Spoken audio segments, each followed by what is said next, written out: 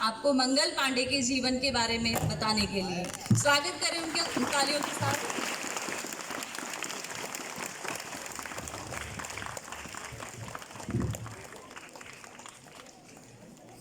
सुप्रभात, मेरा नाम सुमित सेन, मैं कक्षा 9वीं का छात्र आपके समक्ष मंगल पांडे का जीवन परिचय लेकर उपस्थित हूँ। मंगल पांडे भारत के एक स्वतंत्रता सेनानी थे। उनका जन्म 19 जुलाई 1827 को भारत के उत्तर प्रदेश के बालिया जिले में स्थित नगवा नामक गांव में हुआ था। वहाँ ब्राह्मण परिवार के थे। उनके पिता का नाम दिवाकर पांडे था। सन 1849 में वहाँ ब्रिटिश ईस्ट इंडिया कंपनी के बंगाल के इन्फेंट्री आर्मी में शामिल हुए। दरअसल 1850 में सिपाहियों के लिए नई इनफील्ड राइफल लाई गई। कहा जाता है उसके कारतूस में गाय की चर्बी हुआ करती थी और उसके कारतूस को मुंह से काटकर लोड करना होता था। तो इस बात पर मंगल पांडे ने विरोध कर दिया और इस विरोध के कारण उन्हें फांसी की सज़ा सुनाई गई। ते तारीख 18 अप्रैल की जगह उन्हें 8 अप्रैल को ही फांसी दी गई। धन्यवाद।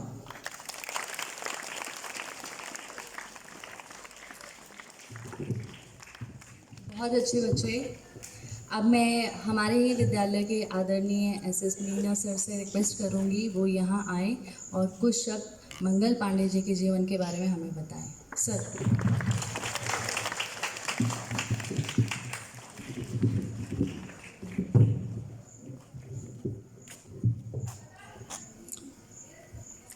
आदरणीय प्राचार्य महोदय, सभी विद्वजन और प्यारे बच्चों,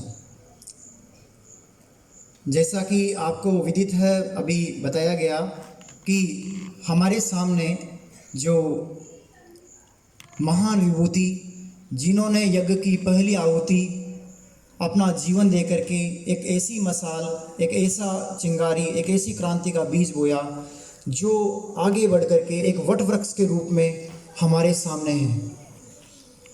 ऐसी महान विभूतियाँ हमारी देश की भारत माता ने अपनी गोद में पाला है, उनको बड़ा किया है। ये बात उस समय की है, मगर इतिहास में थोड़े से इसको परिप्रेक्ष्य में लेके जाऊं तो अंग्रेज़ हमारे देश में आए थे एक छोटे से व्यापारी बन करके, हमें यहाँ से मसाले और कपड़े खरीदने हैं, यहाँ के सामानों की ज़रूरत है हमें इंग्लैंड में, यूरोप में, ताकि हम पैसे कमा सकें। धीरे धीरे वही जो व्यापारी थे वो धीरे धीरे हमारे मालिक बनने के लिए तैयार हुए और 1757 जून 23 को प्लासी के युद्ध में पहली बार उन्होंने हर तरह की मर्यादाओं को तोड़ करके छल कपट, या जिसे कहते हैं साम दाम दंड भेद, हर तरह की नीतियां अपना करके उन्होंने वो युद्ध जीता। और उसके 100 साल के अंदर एक एक करके हर तरह की नीतियां अपनाई। उन्होंने अपने आप को ये भी दिखाने की कोशिश की कि हम बहुत अच्छा काम कर रहे हैं देश में, कि वो बदनाम न हों। पर इस तरह की ऐसी नीतियां उन्होंने अपनाई, चाहे वो विलय की नीति हो, चाहे वो राज्य हड़प नीति हो, चाहे वो यहाँ पर हम ऐसी बहुत सारी कि शासन सही तरह से राजा नहीं कर रहे हैं, अलग अलग तरह के आरोप लगा करके हमारे देश के राजाओं को हराया और हमारे देश की जनता पर ही राज करने लगे। कौन राजा के सामने या कौन उस अंग्रेजों के सामने मुंह उठाए, उनका विरोध करे, कौन शुरुआत करे। और इसकी शुरुआत की जो महान विभूति, जो महान स्वतंत्रता सेनानी मंगल पांडे,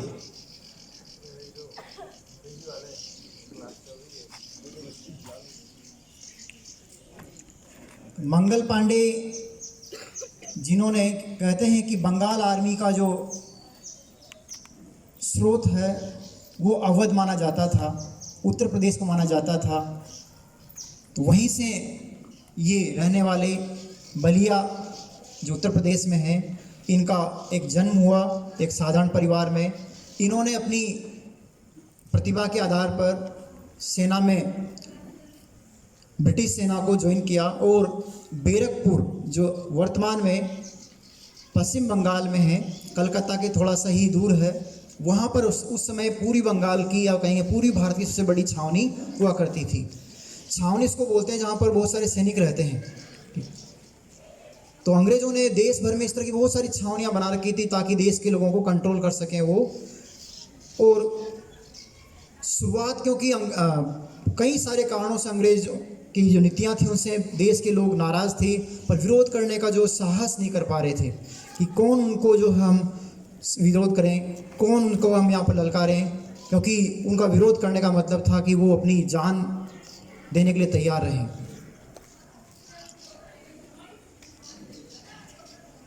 फिर भी विरोध का जो बारूद का कहते हैं ढेर तैयार था, चिंगारी कौन लगाए। और उसी चिंगारी के लिए मंगल पांडे ने ठान लिया कि मैं देश के लिए ये आहुति देने के लिए तैयार हूँ। क्योंकि अंग्रेज़ों की जो नीतियाँ थी, अभी सुमित ने बताया और हमारे इतिहास में ये बताया जाता है, कई विद्वान इसके ऊपर प्रश्न चिन्ह भी उठाते हैं फिर भी, कि अंग्रेज़ों ने जो नई कारतूस, क्योंकि उससे पहले वाली जो कारतूस थी बहुत ही पुरानी हो चुकी थी, और नई जो बंदूक लाई गई थी एनफील्ड राइफल, उसकी जो गोली है उसमें चर्बी लगे हुए कारतूस होते थे, क्योंकि उसके अंदर जो बारूद भरा होता है वो गीला ना हो जाए, तो उसको हटाने के लिए चर्बी लगा रखी थी और उसको हटाने के लिए मुंह से उसको काट करके उसका बारूद बंदूक में भरना पड़ता था। जब ये बंदूक अंग्रेजी सेना को दी गई तो धीरे धीरे प्रश्न चिन्ह भी, जब नई चीज़ आती है तो उठते हैं। कहते हैं खल्लासी जो उस समय वहाँ पर छावनी में था, उसने मंगल पांडे से पानी मांगा कि मुझे पानी पिलाओ। मंगल पांडे जाति से ब्राह्मण थे और एक अछूत को पानी पिलाना, उसको लोटा देना, वो नहीं मानते थे कि सही धर्म के विरुद्ध है। तो उसने मना कर दिया कि मैं आपको पानी नहीं पिलाऊंगा। तो उस खलासी ने, उस व्यक्ति ने कहा कि आपका तो धर्म वैसे भी भ्रष्ट हो रहा है, क्योंकि अंग्रेज़ों ने जो नई बंदूक की जो कारतूस मंगवाई है उसमें गाय और सूअर की चर्बी लगी है। जब ये बात उनको पता चली मंगल पांडे को, उस समय क्योंकि इसका कारखाना दमदम जो कलकत्ता के पास में फैक्ट्री है वहाँ पर बना करती थी, और मंगल पांडे ने ठान लिया कि जब हमारा धर्म ही नहीं रहेगा, हमारा देश को इन्होंने वैसे ही गुलाम बना लिया है, किसान परेशान है, व्यापारी परेशान है, राजाओं को इन्होंने मार दिया, हटा दिया, तो हम किस लिए जी रहे हैं। और उन्होंने अपने साथियों को ललकारा, उनको आह्वान किया कि इन फिरंगियों को मारो, यहाँ से इनको मार के भगाओ। फिरंगी किसके लिए कहा? ये अंग्रेज़ों के लिए। एक फ्रैंक वर्ड है, तो फ्रैंक उसने फिर उससे बनाया फिरंगी, तो ये उनको एक तरह से गाली के रूप में उपयोग में लेते थे। तो मारो फिरंगियों को, इस तरह से कहते हुए मंगल पांडे ने जो है इस क्रांति का बिगुल बजाया। दिन था 29 मार्च 1857।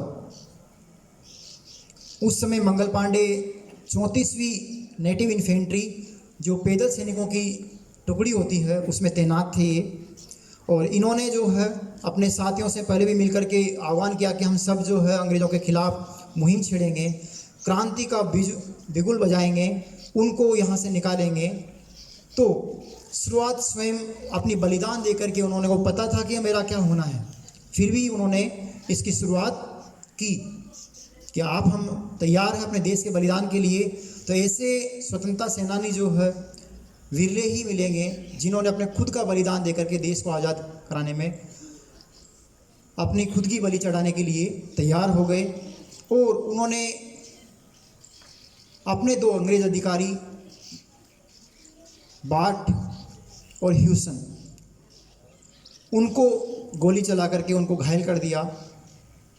कोई भी सैनिक उस समय जो तैनात थे, 400-500 सैनिक थे, अंग्रेज अधिकारियों की बात मानने के लिए तैयार नहीं थे, क्योंकि हर एक के दिल में अलग जग चुका था कि हम अब अपने देश को आज़ाद कराएंगे।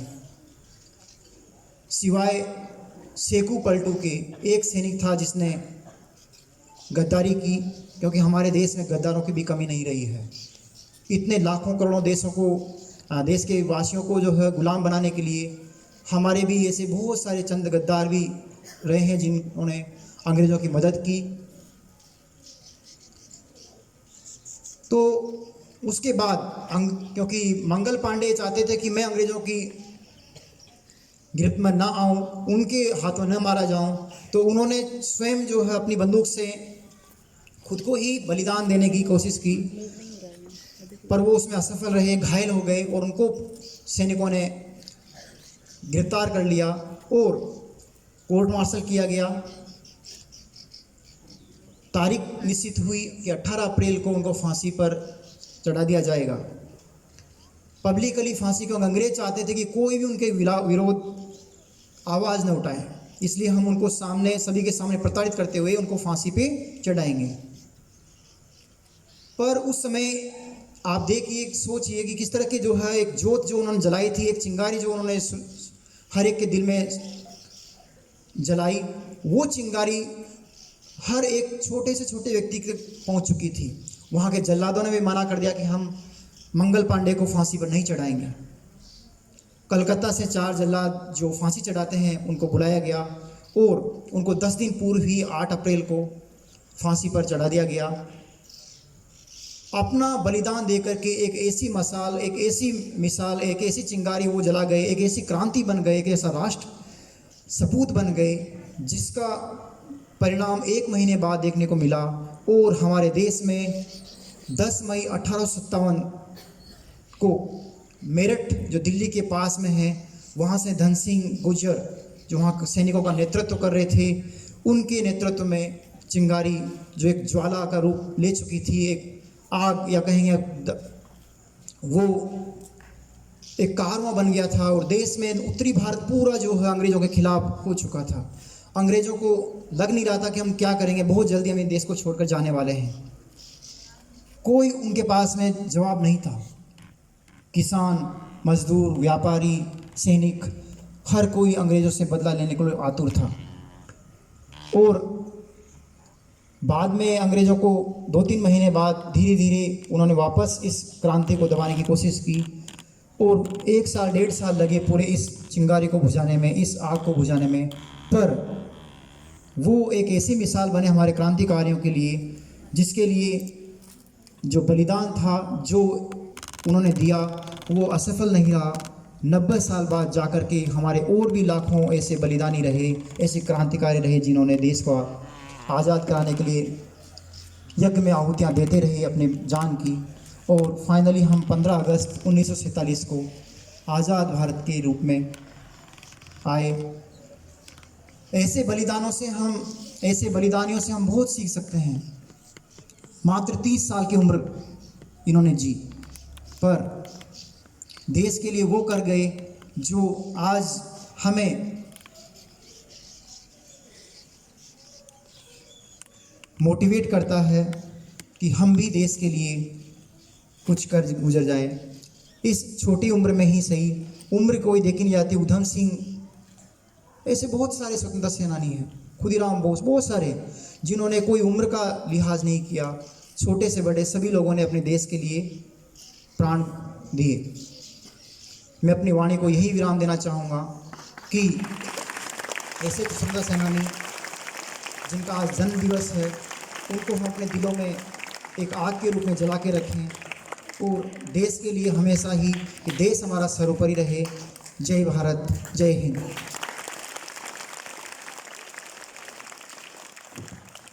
बहुत धन्यवाद सर। समय समय पर अपने विचारों से, अपने किस्से कहानियों से हमें उत्साहित करने वाले, हमें प्रेरित करने वाले हमारे विद्यालय के आदरणीय प्राचार्य महोदय से मैं निवेदन करती हूँ कि वो आएँ और अपने अनमोल वचनों से हमें कृतार्थ करें। सर।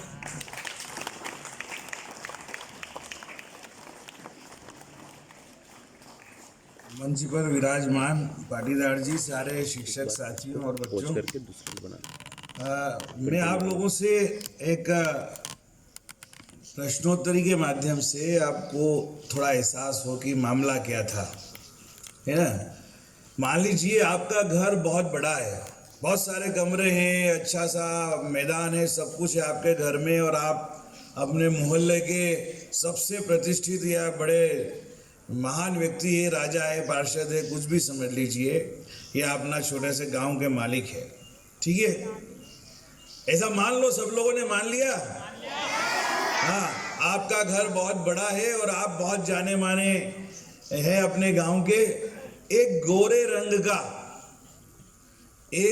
रंग का कोई सुंदर सा युवक आता है और ये बोलता है कि मैं आपके गांव में कुछ अच्छे सामान बेचने के लिए आया हूं जो आपके गांव के लोगों के लिए बड़े उपयोगी है, लेकिन मेरे पास रहने की कोई जगह नहीं है। आपका इतना बड़ा मकान है, एक छोटा सा कमरा मुझे दे दीजिए। तो क्या हम लोग मना करेंगे क्या उसको? हमें लगा कि बड़ा सीधा साधा सुंदर गोरा सा व्यक्ति है, बेचारा कमाने के लिए आया है, तो हम क्या करेंगे, उसको रहने के लिए एक रूम दे देंगे ना। ठीक है, रहने के लिए रूम दे देंगे। फिर हमारी आदत भी ऐसी है, हमारा स्वभाव भी ऐसा है, सुबह सुबह चाय बनेगी तो हमारी मम्मी बोलेगी एक कप चाय ज्यादा बना दो, बोलेगी या नहीं? तो उसको चाय भी बना देंगे। और कभी आपके मामा जी भाई दूज पर नहीं आए तो बोलेंगे ये देखो, ये भी तुम्हारा मामा है, इसको भोजन खिला दो। खिलाएंगे या नहीं? है ना। कभी मम्मी जा नहीं पाई राखी बांधने तो आपका मन करेगा कि इसको राखी बांध दो, करेंगे या नहीं? कभी आपने दाल वाफले बनाए तो आप उसको भी खिलाने का न्योता देंगे या नहीं? ये काम हम सदियों पहले से करते आए हैं और आज भी करते हैं। आज भी हम बहुत जल्दी रिश्तेदारी लोगों से कर लेते हैं, लेकिन उसके पेट में क्या है, उसके मन में क्या है, उसके दिल में क्या है, ये हम बहुत समय बाद जानते हैं। मान लो वो गोरे रंग का युवक बहुत सारा पैसा इकट्ठा कर ले कमा के, ठीक है, फिर वो बोले कि आपके गांव में एक मकान मुझे खरीदना है, आप जमानत दे दो। तो बोले ठीक है चलो, अब तो ये अच्छा कमा लिया इसने, इसको गांव में मकान खरीदने के लिए भी दे दो, खुद का मकान बना लेगा। ठीक है, तो हम उसको सपोर्ट करेंगे या नहीं? यस। फिर हमारे घर में भी बंदूक तलवार देखी उसने, वो कहेगा कि अब मैं अकेला रहता हूं, आपके घर में जब तक रहता था तो बड़ी सुरक्षा थी, मेरी सुरक्षा के लिए मुझे एक बंदूक भी खरीदना है, एक तलवार भी खरीदना है। तो हम सपोर्ट करेंगे या नहीं? ले ले भाई, अकेले में तेरे को कोई मार ना जाए। ठीक है, फिर उसने देखे हमारे घर में 2-4 नौकर है, एक आध बंदूक चलाने वाला है, वो बोलेगा कि मुझे भी एक आध रख लेने दो, तो हम उसका विरोध करेंगे क्या? नहीं करेंगे। लेकिन हमारी मदद से जो उसने मकान खरीदा और हमारे ही गांव के 10-20 लोगों को अपना और नौकर बना लिया, सबके हाथों में बंदूक थमा दी और फिर वो हमारे घर पे आ गया कि अपना घर खाली करो, मुझे तुम्हारे घर में रहना है। फिर आपका मन क्या करेगा?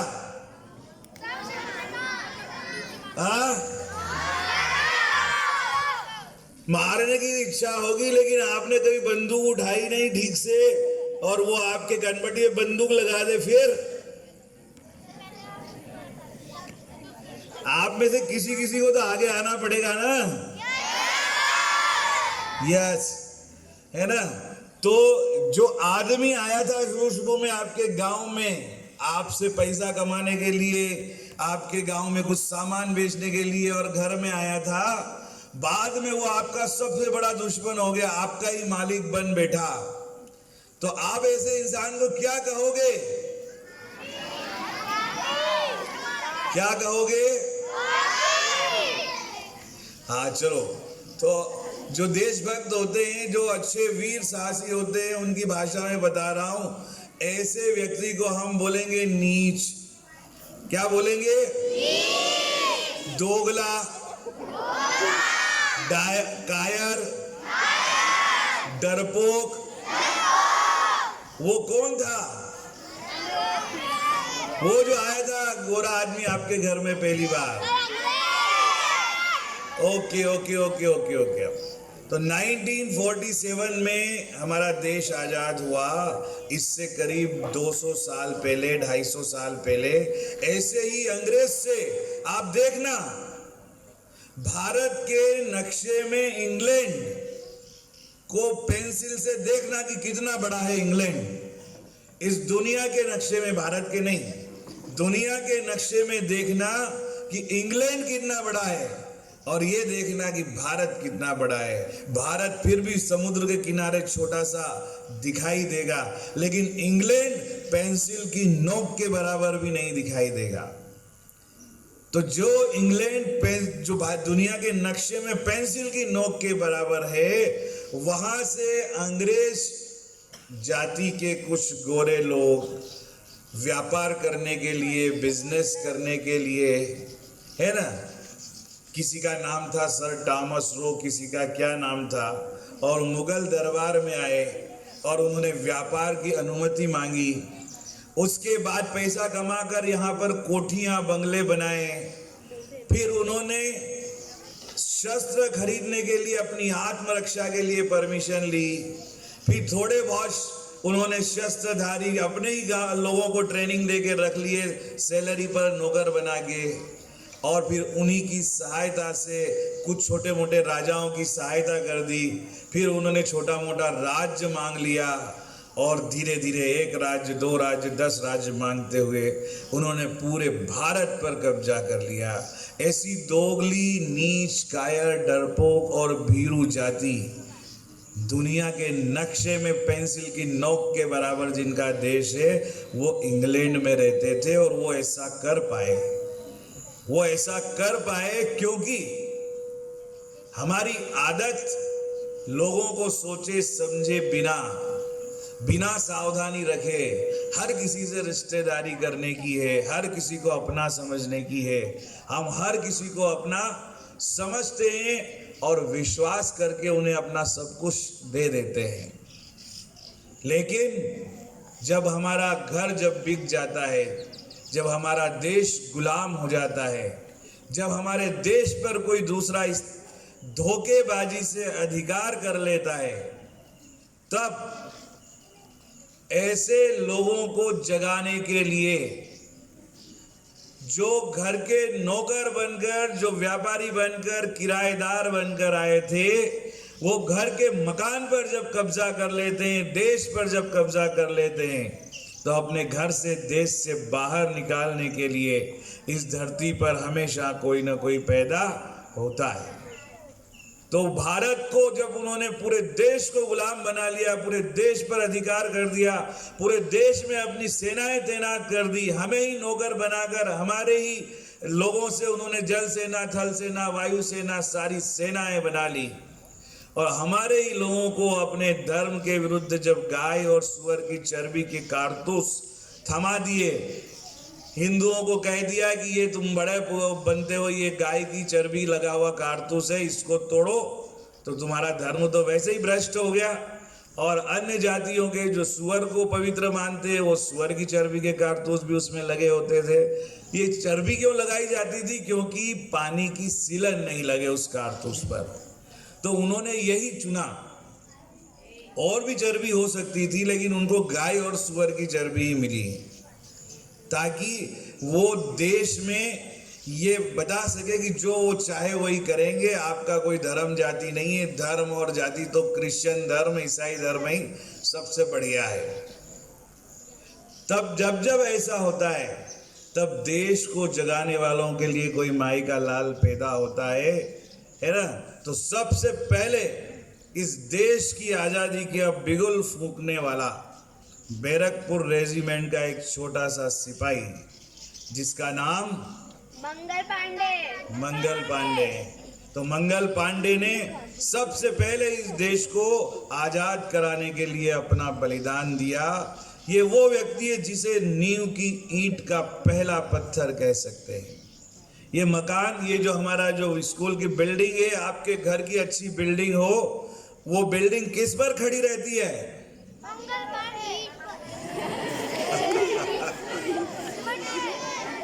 ओके। वो बिल्डिंग देखो, सुनो, हाँ, जब किसी बिल्डिंग को बनाया जाता है तो बहुत गहरे गड्ढे खोदे जाते हैं और उन गड्ढों में आजकल ईंट, सीमेंट, कंक्रीट और बहुत सारा वो भरा जाता है जो मजबूत माल हो, जिस पर कई मंजिल बिल्डिंग खड़ी की जा सके, लेकिन वो गिरे नहीं। तो जो जमीन के नीचे का जो हिस्सा होता है, जो मकान बनाते समय सबसे ज्यादा समय लेता है और सबसे ज्यादा उसमें सीमेंट और कंक्रीट और पत्थर डाले जाते हैं, उसको बोलते हैं नींव। क्या बोलते हैं? और वो जितना ज्यादा मजबूत होगा बिल्डिंग उतनी ऊंची खड़ी जा सकती है, और नींव अगर कमजोर होगी तो बिल्डिंग कभी भी गिर सकती है ना। तो ऐसी मजबूत जो नींव होती है, उस नींव के पत्थर को, उस कंक्रीट सीमेंट को, जिसके दम पे वो बिल्डिंग खड़ी है और हम चैन की नींद सोते हैं, उसको कोई देखता है क्या? कोई कभी उसको पूछता है क्या? लेकिन वो नींव अगर हिल जाए तो ऊपर की बिल्डिंग भी थरथरा जाएगी और गिर जाएगी मिट्टी की तरह। कई ऐसे कमजोर नींव वाले बड़े बड़े 10-10 मंजिला मकान भी लोगों ने गिरते हुए देखे हैं। तो उस नींव का जो पत्थर है ना, वो नींव का पत्थर कौन है? हमारे देश की आज़ादी, स्वतंत्रता, जिसको आज हम 75वीं उसकी वर्षगांठ मनाने जा रहे हैं। 15 अगस्त 1947 से लेकर अभी ये 15 अगस्त 1922 को 75 ईयर्स हो जाएंगे। तो ऐसी मजबूत नींव भरने वाले जो लोग हैं, उस नींव की ईंट का पहला पत्थर मंगल पांडे था। ठीक है, इसलिए मंगल पांडे की शान में मैं अपनी खुद की लिखी हुई 4-6 पंक्तियां, 4 पैराग्राफ सुना करके अपना स्थान ग्रहण करूंगा। ठीक है। जब तक तन में प्राण रहेगी सांस न मैं रुक पाऊंगा, जब तक तन में प्राण रहेगी सांस न मैं रुक पाऊंगा, मैं माटी का बेटा माटी के ही गीत सुनाऊंगा। देश धरा के लिए जिए जो देश धरा के लिए मरे, देश धरा के लिए जिए जो देश धरा के लिए मरे, कोड़े खाए फांसी पाई पर दुश्मन से नहीं डरे। जिनने धरती माँ को पूजा, कोई सुन लो पूरी यार, जिनने धरती माँ को पूजा, धरती माँ का सम्मान किया, जिनने धरती माँ को पूजा, धरती माँ का सम्मान किया, देश धरा ही जिसने अपना सारा जीवन वार दिया। ऐसे धरती के वीरों का मैं वंदन करते जाऊंगा, मैं माटी का बेटा माटी के ही गीत सुनाऊंगा। काले पानी की सजा, काले पानी की सजा होती है जो समुद्र के बीच में पोर्ट ब्लेयर, अंडमान निकोबार है, वहाँ पे एक सेल्यूलर जेल है। वहाँ पे आदमी ठीक से पैर भी लंबा नहीं कर सकता और खड़ा भी नहीं हो सकता।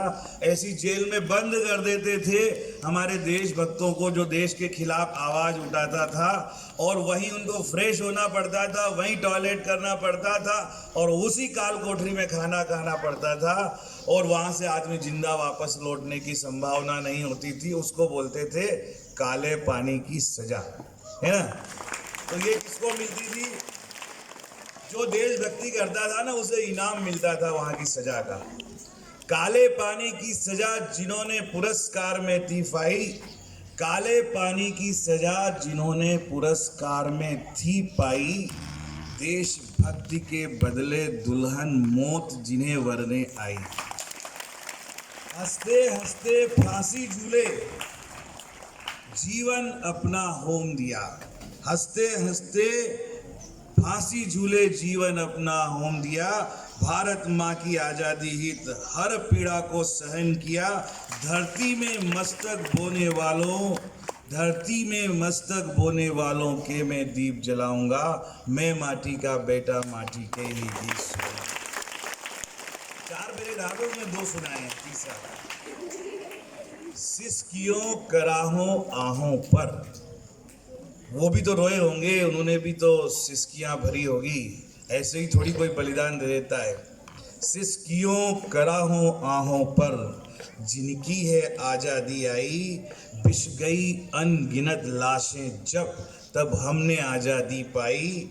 जिनकी कुर्बानी के बदले हमने पाई खुशहाली है, धरती खून से सींची जब, तब आई ये हरियाली है। उनकी बलिदान कहानी को मैं घर घर तक पहुंचाऊंगा। मैं माटी का बेटा, माटी के ही। अंतिम चार लाइन है ना, उन्होंने जो अंग्रेजों ने सजा दी ना, जो हमारे ही घर में आए थे, उन्होंने हमारे ही घर के लोगों को जमीन में जिंदा गाड़ दिया, कई लोगों को, और उनके ऊपर कुत्ते छोड़ दिए जंगली, मार उनको नोचने के लिए, है ना। फतेह सिंह जोरावर सिंह नाम के जो गुरु गोविंद सिंह के बच्चे थे, उनको उन्होंने जिंदा जो है, जो मुगल थे, उन्होंने देश की आज़ादी के लिए जो जितने भी थे, उसमें उसके लिए उन्होंने इस्लाम धर्म स्वीकार नहीं करने पर दीवारों में चुनवा दिया। और अंग्रेजों ने तो बहादुर शाह जफर के जो 7 बेटे थे, उन 7 का सर काट के गिफ्ट में थाली में सजाकर उनको दिया। तो ये आज़ादी ऐसे ही नहीं मिली है। इसके लिए अंतिम लाइन, जिंदा धरती में गाड़ दिए, कुछ दीवारों में चुने गए, कुछ के मस्तक से थाल सजी, कुछ तोप के मुंह से उड़ा दिए। आज़ादी के दीवाने कुछ इस तरह खून को बहा गए, खुश रहे देश के वासी हम, इसलिए खून में नहा गए। इन रक्त बहाने वालों के साहस पर शीश झुकाऊंगा, जब तक तन में प्राण रहेगी सांस न मैं रुक पाऊंगा। मैं माटी का बेटा, माटी के ही।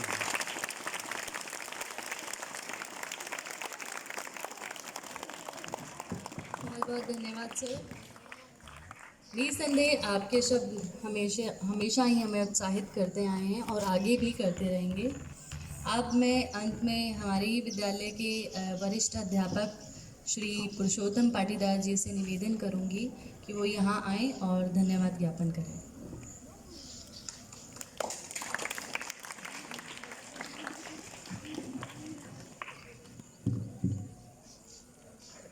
सुप्रभात सभी को।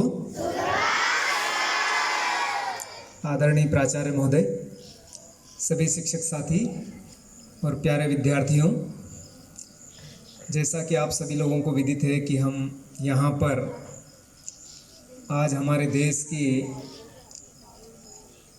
आज़ादी के लिए